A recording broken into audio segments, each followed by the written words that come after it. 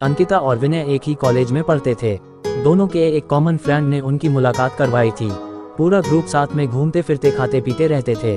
पर अंकिता और विनय की नज़दीकियां बढ़ने लगी। देखते ही देखते उनको एक दूसरे से प्यार हो गया। अब वह दोनों अकेले वक्त बिताने लगे। भाग में घूमना, साथ में मूवी देखने जाना, साथ में पढ़ना, वह हर चीज़ एक साथ ही करते थे। देखते ही देखते कॉलेज खत्म हो गया और उनका मिलना भी कम हो गया। एक बार अंकिता और विनय दोनों एक समुद्र किनारे बैठे थे। अंकिता ने विनय से कहा, अब तो हमारी कॉलेज भी खत्म हो गई है, अब हम एक दूसरे के साथ वक्त कैसे बिताएंगे, और अब जल्द ही मेरे घर वाले मेरी शादी करवा देंगे। विनय ने उसका हाथ पकड़ते हुए कहा कि अंकिता तुम चिंता मत करो, मैंने 1-2 कंपनी में अप्लाई कर दिया है, बस कुछ ही दिनों में मैं अच्छी नौकरी पर लग जाऊंगा, फिर हम अपने अपने घर में बता देंगे। 2 हफ्ते बाद ही विनय को अच्छी कंपनी में नौकरी मिल गई। जैसे कि उन्होंने तय किया था, उन्होंने अपने अपने घर पे बता दिया। विनय की माँ तो मान गई, पर उसके पिताजी नहीं मान रहे थे। और यहाँ अंकिता के घर वालों ने तो साफ साफ इनकार ही कर दिया था। वह दोनों बहुत परेशान होने लगे कि अब क्या होगा, कैसे वह अपने घर वालों को मनाएंगे। बहुत दिन हो गए, दोनों का एक दूसरे से बात करना भी कम हो गया था, क्योंकि अंकिता के घर वालों ने उसका फ़ोन ले लिया था और उसके लिए रिश्ता ढूंढ रहे थे। वह कभी कभी अपनी सहेली के घर जाती, तभी विनय को फ़ोन कर पाती थी और बस हमेशा यही कहती कि विनय तुम जल्दी ही कुछ करो, वरना मेरी शादी हो जाएगी, मैं तुमसे बहुत प्यार करती हूँ, तुम्हारे बिना नहीं रह पाऊंगी। विनय भी उससे हमेशा आश्वासन देता था, पर उससे भी नहीं समझ रहा था कि वह क्या करे, कैसे अपने घर वालों को मने। यही सोचते सोचते वक्त बीतते जा रहा था। दोनों बहुत परेशान रहने लगे। विनय घर पे न कुछ खाता था, न ही बात करता था, बस पूरा दिन शांत शांत रहता था। ये देखकर उसकी माँ से रहा नहीं गया और उसने अपने पति को समझाया कि मुझे मेरे बेटी की खुशी से बढ़कर कुछ नहीं है, और अब अगर उसकी शादी होगी तो अंकिता से ही होगी, आप कल ही उसके घर जाके उसके माँ बाप से बात करो।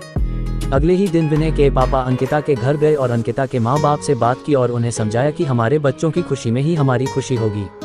मेरा बेटा एक अच्छी कंपनी में काम करता है और उसकी तनख्वाह भी अच्छी है, वह आपकी बेटी को खुश रखेगा। विनय के पिताजी की बात सुनकर अंकिता के माँ बाप मान गए और शादी के लिए राजी हो गए। विनय और अंकिता की शादी धूमधाम से हुई। दोनों बहुत खुश थे। वह अपने हनीमून के लिए शिमला गए। हनीमून से लौटते ही विनय अपने काम पे लग गया। दोनों की जिंदगी हंसी खुशी बीत रही थी। उनकी शादी को अब 2 साल होने वाले थे, पर उन्हें अभी तक बच्चा नहीं हुआ था। घर वाले, रिश्तेदार, सब लोग अंकिता से हमेशा यही सवाल पूछते थे कि खुशखबरी कभी दे रही हो, पर वह हमेशा मुस्कुराकर बात टाल देती थी। विनय और अंकिता भी बच्चा चाहते थे, पर उन्हें हो नहीं रहा था। बहुत डॉक्टरों को दिखाया, सब टेस्ट भी करवाए, लेकिन कुछ फायदा नहीं हुआ। अंकिता की सास उससे बाबा के पास भी ले गई, पर वहाँ भी सिर्फ निराशा ही हाथ आई। अंकिता बहुत परेशान थी। उससे यही चिंता खाई जा रही थी कि वह कभी मां नहीं बन पाएगी। 4 साल बीत गए, पर उन्हें अभी तक बच्चा नहीं हुआ। एक दिन विनय ऑफिस से लौट तो उसकी माँ उससे चिल्लाने लगी कि तूने अपनी मर्जी से शादी की, अब देख रहा है ना बच्चा भी नहीं हो रहा, अब हमारा वंश आगे कौन बढ़ाएगा। लोगों के ताने सुन सुनकर मेरे कान पक गए हैं, आखिर हमें भी इच्छा होती है कि अपने पोते पोतियों को देखे। ये सब अंकिता सुन रही थी।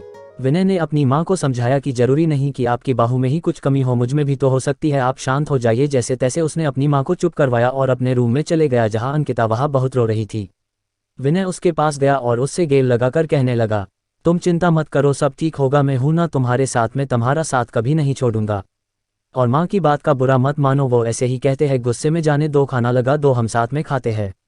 अंकिता थोड़ा शांत हुई और खाना लेकर आई। दोनों ने साथ में खाना खाया और सोने लगे। पूरी रात अंकिता यही सोचती रही कि कैसी औरत हूं मैं जो अपने पति को बच्चा भी नहीं दे पारी, अपना वंश को आगे नहीं बढ़ा पारी, कितनी बदनसीब हूं मैं। वह पूरी रात नहीं सोई और बस रोए जा रही थी। सुबह हुई, सब अपने अपने काम में लग गए। विनय भी ऑफिस के लिए निकल गया। अंकिता भी अपना काम करने लगी, पर उसके दिमाग में वही रात वाली बात चल रही थी। पूरा दिन यही सोचती रही। रात को जब विनय घर आया तो अंकिता ने उससे खाना दिया और वह दोनों अपने कमरे में सोने की तैयारी कर रहे थे कि तब अचानक अंकिता ने विनय से कहा कि क्यों ना हम एक बच्चा गोद ले, अब हमें तो बच्चा नहीं हो रहा, क्यों ना हम किसी बच्चे को गोद ले और उससे माँ बाप का सुख दे और हमें भी बच्चे का सुख मिल जाएगा। विनय ये बात सुनकर बहुत खुश हुआ। वह दोनों दूसरे ही दिन एक दत्तक ग्रहण संस्था गए और वहाँ पूरी बात बताई। दत्तक ग्रहण संस्था वालों ने कहा कि आप एक फॉर्म भर दीजिए, जैसे जैसे ही सब जांच पड़ताल हो जाएगी आपको फ़ोन आ जाएगा। उन्होंने फॉर्म भरा और एक आशा के साथ घर लौटे कि शायद अब उनकी परेशानी दूर हो जाएगी। 6 महीने हो गए, उनको कॉल नहीं आया। विनय जब भी वहाँ जाता वह लोग उससे एक ही जवाब देते कि कॉल आ जाएगा, पर इंतज़ार की गाड़ियाँ बढ़ती जा रही थी।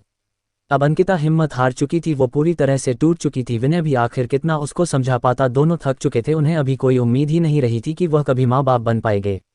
पर विनय ने अंकिता का साथ और कोशिश करना नहीं छोड़ा। वह हर 2 दिन में संस्था जाता था। इंतजार करते करते 8 महीने हो गए थे और एक दिन अचानक विनय को कॉल आता है कि आप दत्तक ग्रहण संस्था में आ जाए, आपके लिए एक खुश खबर है। उसने तुरंत अंकिता को फोन करके दत्तक ग्रहण संस्था आने के लिए कहा। दोनों वहां पहुंचे तो उन्हें पता चला कि उनको एक बेटी गोद दी जा रही है जो कि सिर्फ 5 महीने की है। विनय और अंकिता की खुशी का ठिकाना नहीं रहा। विनय तो खुशी के मारे वहीं नाचने लगा। वह दोनों उस बच्ची को लेकर घर आए। विनय की मां ने उनका पूजा की थाली से स्वागत किया। उन्होंने उसका नाम किरण रखा, जैसे वह उनकी जिंदगी में आशा की किरण हो। वह सब बहुत खुश थे। आखिर उन्हें अपनी बेटी जो मिल गई थी और वह अच्छे से खुशहाल जिंदगी जीने लगे। बस यही होता है प्यार, जो हर वक्त में तुम्हारा साथ दे और यकीन दिलाए कि हमारी परेशानियां हमसे छोटी होती है और हमें कभी अपने जिंदगी में उम्मीद नहीं छोड़नी चाहिए। विश्वास हो तो हम सब कुछ पा सकते हैं।